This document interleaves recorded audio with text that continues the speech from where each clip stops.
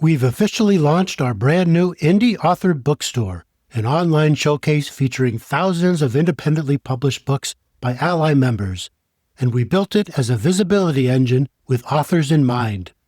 Our goal is simple: to help indie authors reach new readers, gain meaningful exposure, and get noticed by book influencers who are actively looking for fresh voices and standout stories. You've done the hard work of writing, editing, publishing, and launching. Now let's make sure your book gets the attention it deserves. Upload your books onto the Indie Author Bookstore. Not an ALLi member yet? Join us and get your books listed.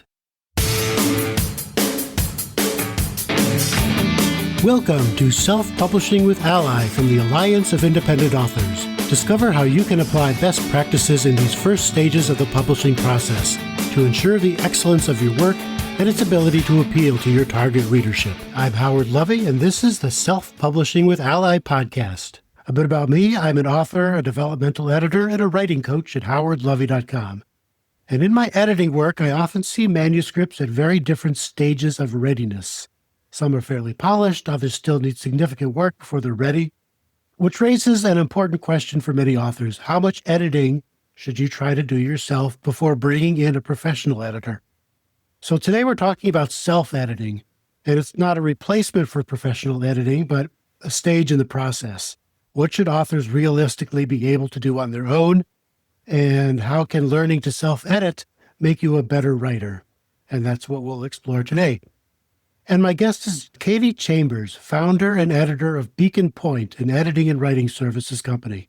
Katie works closely with authors to help them improve their manuscripts before they reach the professional editing stage, and she's especially interested in teaching writers how to approach self-editing in a practical and productive way. Katie, thanks for joining me. Yes, thank you for having me.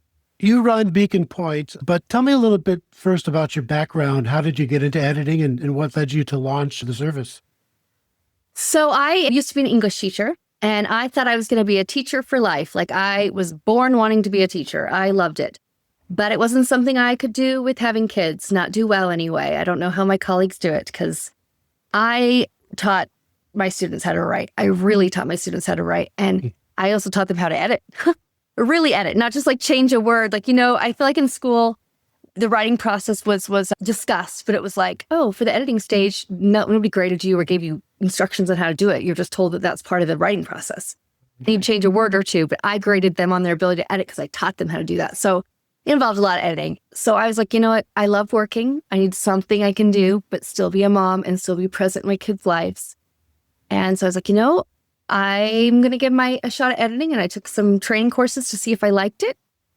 And I loved it. And so here I am. I work from home and I get to spend time with my kiddos, but I get to have my time where I can just come into my office and do my thing. Yeah, what I tell my clients, my editing clients, is that I am not your English teacher. I'm not going to go in there with a red pen and tell you everything you did wrong. It's more of a collaborative process than you would get with an English teacher.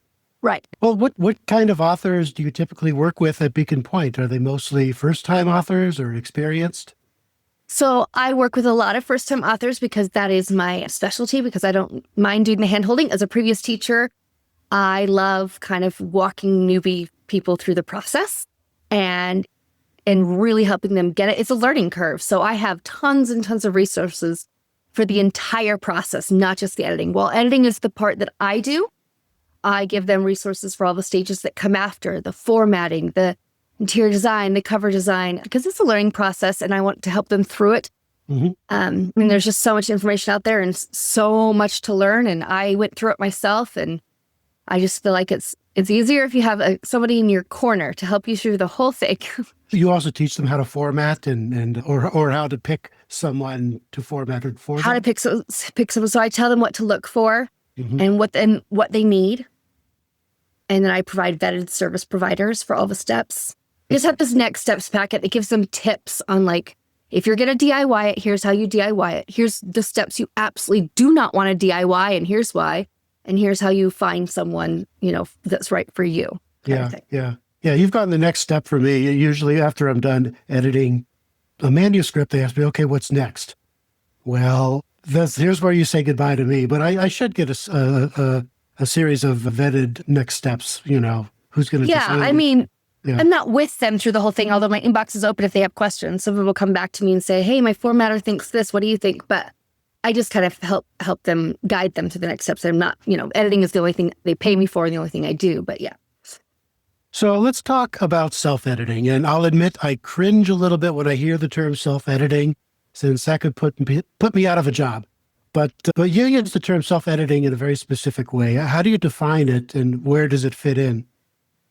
Self-editing to me is crucial if you want to get your book in the best possible stage at the end, because I feel like an editor can only take your book so far in the budget and time allotted. So if you give me a stronger manuscript, I can take it further. Some come to me and I'm like, I can only take it as far as I can take it. I mean, if you have your book at I hate to use numbers, but just for clarity purposes, they hand me a book that's like a level 3. I'm not going to get that to a 10 in the time and budget allotted. I might get it to a 5 or a 6. So to me, self-editing is going to just make their book all the better. I wrote 2 books on self-editing. And my mom said the same thing. She's like, doesn't that put you out of a job? I was like, no, trust me, they're still going to need me after this. They're still going to need editors after this because you can't catch everything yourself. And not even a professional can catch everything. The more eyes on it, the more editing stages it goes through, the better. Yeah, yeah. I get manuscripts in all kinds of conditions, sometimes, from written on napkins in prison to a polished manuscript. So when self-editing could be a very broad category, are you talking about a self-developmental edit, the big picture stuff, a self-edit in terms of spelling and grammar, or in what conditions should people be giving their manuscript to a professional editor? I'm talking about all of it. So in my books called Self-Editing Essentials, I have one for fiction authors and one for nonfiction authors. I teach them a multi-pass system. And I tell them you can't edit for everything. That's completely overwhelming.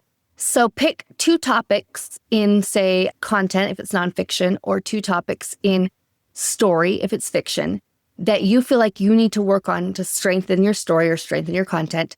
And there's a variety of topics that could entail. If you're writing a fiction, you're looking at things like making your characters more believable, or making sure you followed a clear plot structure, or making sure you have clear cause and effect events, and you've established and escalated your conflict. You're not going to search for all those. You're going to pick 2 or 3, and you're going to edit for those 2 or 3 story or content items. Mm-hmm. Your nonfiction, you're doing content. That's things more like making sure that you have enough explanations and examples, ensuring your book is reader-friendly, making sure it's well organized, you have transitions, you have headings, things like that. That's what I call it, the content level. Or no, that's the organization level. Sorry, content level would be things like deleting unnecessary repetition, adding in more information as necessary, making sure you've met genre expectations, things like that. So just pick 2 or 3 that you feel like are your weaknesses and focus on that. After you've done that pass, the next pass for fiction to me is scene level. Now we first worked at the story level. Second pass now is your scene level. For nonfiction, your second pass is now your organization level. And again, pick 2 or 3 topics in that. For scenes, it could be things like crafting making sure you have strong entry and exits for each scene, making sure each scene has micro-tension within it and has a mini conflict arc within it. And then your organization for nonfiction is things like your headings and subheadings, the chapter order, the transitions between ideas. After that, then I suggest you then do a writing pass. Pick, again, 2 or 3 topics in the writing pass. For fiction, this involves narrative craft as well as writing. So narrative craft, you have things like deepening in the interiority, showing instead of telling where you need to, telling where you need to, because telling's fine too in some places, using more character interiority, just writing craft elements, and then as well as just things like word choice and sentence fluency. Nonfiction, you don't have so much of those craft techniques, so it's more just your word choice and sentence fluency kind of things. And then the last pass would be a technical pass, and you pick 2 topics for that. Again, looking for specific grammar topics. My books cover the ones that I see the most issues with. I like dangling modifiers in fiction. I see those a lot. Mm-hmm. So it's kind of all of it. But so that sounds exhausting. I've been on both sides of the editor-author equation, and I know as an author, when I type the end, I want it to be the end and then hand it off to an editor.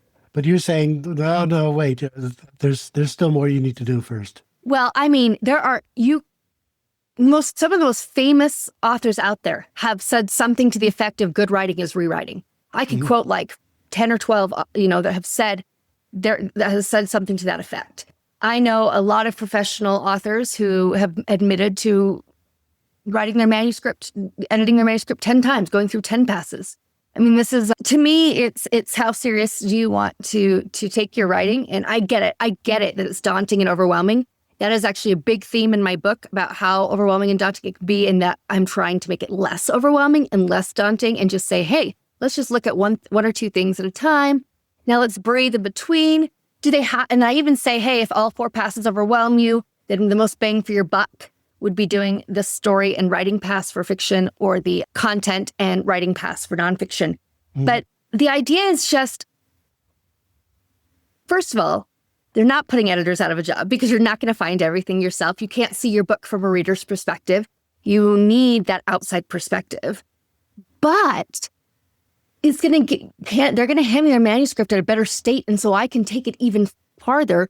Yeah. In the same amount of money it would have taken me to get like a 6 to a 10. Now I can get your in less money, I can get your 8 to a 10. So you're saving money and you're strengthening yourself as a writer, because honestly, like so many professional authors have said, good writing is rewriting. You learn how to become a better author by finding how to fix what improve, not necessarily fix, but improve on what you've written.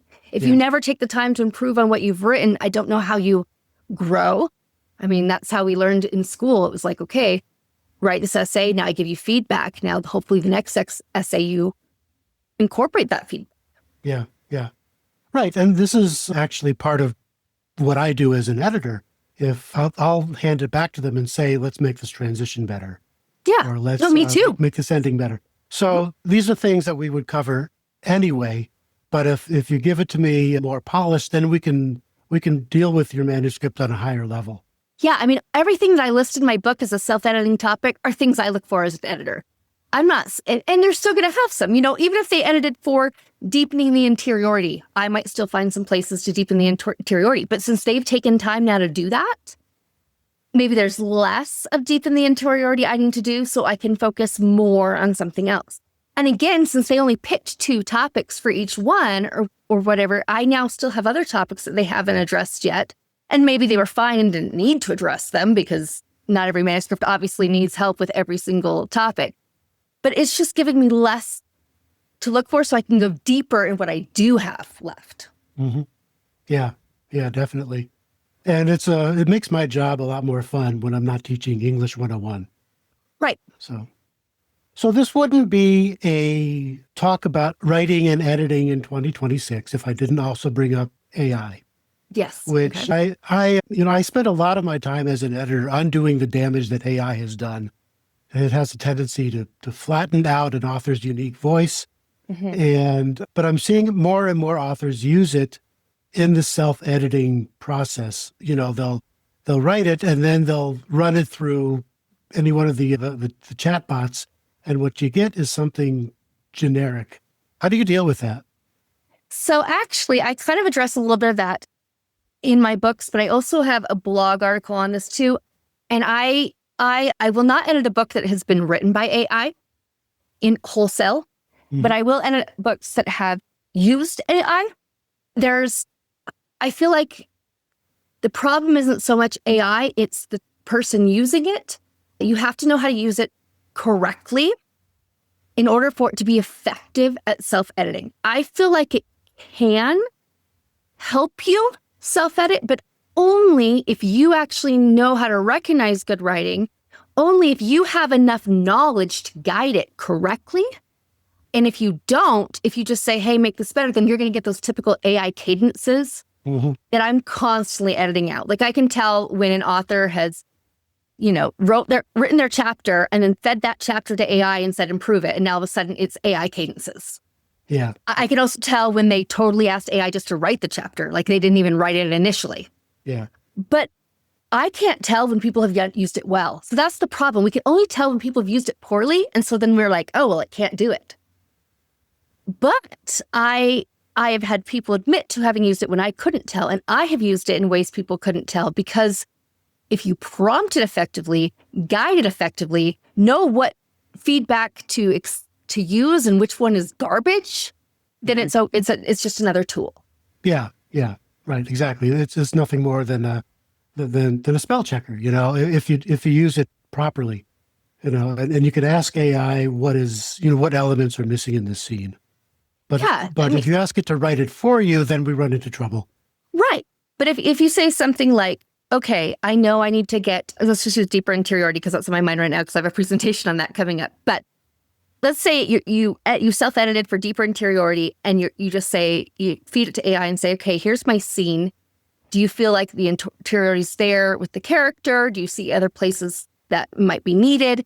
And then it might give you feedback you agree with, or it might give you feedback you don't, just like any beta reader or feedback. And you just, at that point, it's like you're not asking it to write it. You're asking it to maybe give you some feedback. Or maybe you might even say, hey, I need some examples. Here's my scene. Can you tell me, give me a few examples of how I can deepen interiority? And I'm going to feed you a blog I read on it. Mm-hmm. So now AI has knowledge it's working from on what deepen interiority means. And maybe you're just having a hard time applying it to your writing. You read the blog, you saw the examples. It gives you an example and you're like, oh, that makes sense. And then you go off and you do it now, having used that example, but you go off and write the rest, Yeah. So that's not AI replacing anything. It's prompting and it's helping. Yeah. We're talking about primarily a money-saving device because you can strengthen your own manuscript before you even pay a professional editor. Yes, exactly. Editing can be super expensive. And we have to make a living as editors. We're not scamming anyone here. It is what it is. It's a time-consuming, highly cognitive demanding skill set. And we have to charge accordingly, especially if we're freelancers and we're not, we have to pay for our own everything. Yeah. So we have to charge accordingly, but sometimes that's a deterrent for authors. And I'm like, your book isn't going to do well if a professional editor didn't at least look at it. So let's kind of make it so you can get some professional editing in the budget you have. But if I only do a little bit, but if you did some self-editing, then it's going to be at a better stage than if you hadn't and could only afford a little bit. So you can work with your budget, take it further. And like I said, you grow as a writer, truly. You learn so much that then your next book is better. And you should learn from your editor's edits. But now you've learned from your own self-editing, your editor's edits, and that just makes your next book better. And maybe you save more money then too. And self-publishing is expensive. I spent $12,000 publishing my 2 books. It would have been more expensive, except for I didn't pay for a developmental editor. I had beta readers and myself do that, but I did pay for a copy editor and a line editor, and there are 2 different skill sets, not just skill sets, but areas of your brain that you use. I'm an editor and also an author, and when I'm in author mode, I turn off my editing voice and just stay in author mode, and I'll make this, mistakes that as an editor I'll have to go back later and change. And oh yeah, absolutely. Do that. But I use different parts of my brain, so it's hard for me to self-edit while I'm writing. Yeah, don't. And I wait until afterward. Yeah. I don't suggest you self-edit while you're writing. Do you have some practical self-editing techniques that the people can use to strengthen a manuscript? I already kind of walked you through what the system I teach, which is the multi-pass process, focusing on 2 topics each time, which I think that's helpful because it's not just like rewrite it, reread it and fix what you find. It's very targeted. I am focused on these 2 things, and that helps your brain find more, and it helps you grow in those 2 things. And then also by having the multi-pass, you make sure you are well-rounded in what you know how to fix. But in terms of as you're actually doing it, some tips and strategies I've given, everyone says read out loud. For certain topics, it's paramount that you read out loud or have AI read it to you just so you can hear, because we tend to hear mistakes that we don't see. Absolutely. Yeah. I'm Yeah. recording an audiobook version of my novel now, and I wish I hadn't written such long sentences. That's one strategy. Another one is it depends on what you're looking for. But for some of the topics, you don't necessarily have to read every single word. If you're looking for, let's see, say, good scene, you start a scene in the right place, you end the scene in the right place. You're just checking your scene starts and endings, So it's not always, oh my gosh, I'm reading over my whole manuscript 10,000 times. Some topics will need you to read the whole thing, but others, focus in on what you need to. Use the search feature in Word. Search for your crutch words. Mm-hmm. Search for repetitive words. How often am I using, once you start to get a feel like, oh, am I using this word a lot? Then search it and see how much it comes up. Yeah. Yeah. For me, it's the word just. Yeah. And one of my beta readers caught that before it came out, and I did a search, and I was embarrassed at how many times I used the word just. Yeah. See, we just were blind to these things. And for me, when I was writing my books, I didn't even notice, but I had a beta reader also point out to me that I always said you, even though there was an implied you. And so I was like overdoing the you, your kind of thing. I was like, oh my gosh, you're right. I can take out the you in this sentence. It's just fine. So I went through after they pointed that out, I went through and I just searched for sentences that had that. And then I was like, well, does the sentence need it or does it not? And so it's very helpful to use that search feature. There's also macros out there that can help you with editing that are very effective. And I mentioned a few in my book, but Paul Beverly has created a whole macro suite for editors that can also help authors. There's one called Proper Noun Elise. If you're writing a fiction, it will find all capitalized words in your book. So obviously it's going to find things that are not proper nouns, but it's also going to find all your proper nouns. And you can see if you spelled your character's name wrong in a given scene. I always run that when I'm editing fiction, and because I don't always see that, like, oh, the I was missing in this person's name on this one scene, because I know what the character's name's supposed to be now. By page 200, that I read that name. So that's kind of a nice one to help find things like that. There's shortcuts and tools out there. Consistency is important. Yeah, I'm editing a dystopian sci-fi book for a client right now, and there are a lot of made-up tech words, and he spells them differently every time. Yeah. So it helps find that consistency. In theory, self-editing helps you as a writer over time, right? Oh, absolutely. That's how you grow as a writer. I mean, not the only way, obviously, to grow as a writer, also by writing and writing and writing more. But if you're practicing and you're doing it the same way every time, then where's the improvement coming from? Versus you practice and now you're going to improve on one certain skill. I had a Wall Street best-selling author reach out to me, and he has had a team of editors work with all of his books, and he always has like 5. He said, and he has his tried and true, but he said, I've gotten feedback from readers, and his character interiority is going to come up again because that was his issue. He's like, I've gotten feedback from readers that they wish I kind of went more in my characters' heads and they got to know my characters more. And he's like, I don't know how to do this. And so he was looking for an editor that might be able to help him with it. And then he ended up hiring me, and that's all I did for his book. Like, he just wanted to focus on that. And now he was like, this helps so much. I feel like I can now self-edit it for this in my future books because I know now how to do it. Are there any common mistakes that you see authors make when they try to edit their own work, or is any editing good editing? No, not any editing is good editing.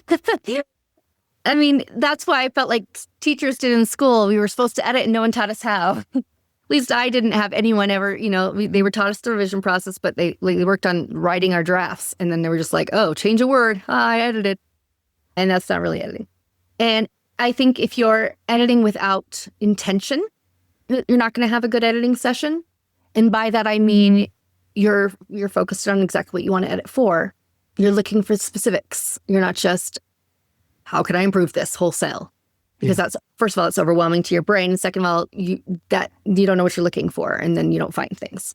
So very specific things. And also, before you edit for that topic, make sure you understand that topic. So read a blog on it or read a craft book on it and understand it, so now that you're editing it effectively, right? Yeah. You're not just saying, oh, I'm gonna edit for show versus tell, but if you don't really know what that means, or I'm going to edit for fixing my dangling modifiers because people say I have dangling modifiers. Well, you better know what a dangling modifier is before you start editing for it. So I think you brought this up before, but maybe review one more time the difference between self-editing fiction and nonfiction. And maybe this is just for my own purposes because I'm writing nonfiction now after writing fiction. With fiction, it's all about story. And with nonfiction, it's about ideas and presenting ideas in a logical way. So for me, the process is very similar, but the topics are different. As you just mentioned, the editing topics, so you're not looking for that you follow a plot structure, but you're looking for, do I have enough content? Did I fully explain this topic? Did I over-explain the topic and get redundant and keep saying the same thing over and over? Yeah. Where is enough? And that can be hard as the author to know.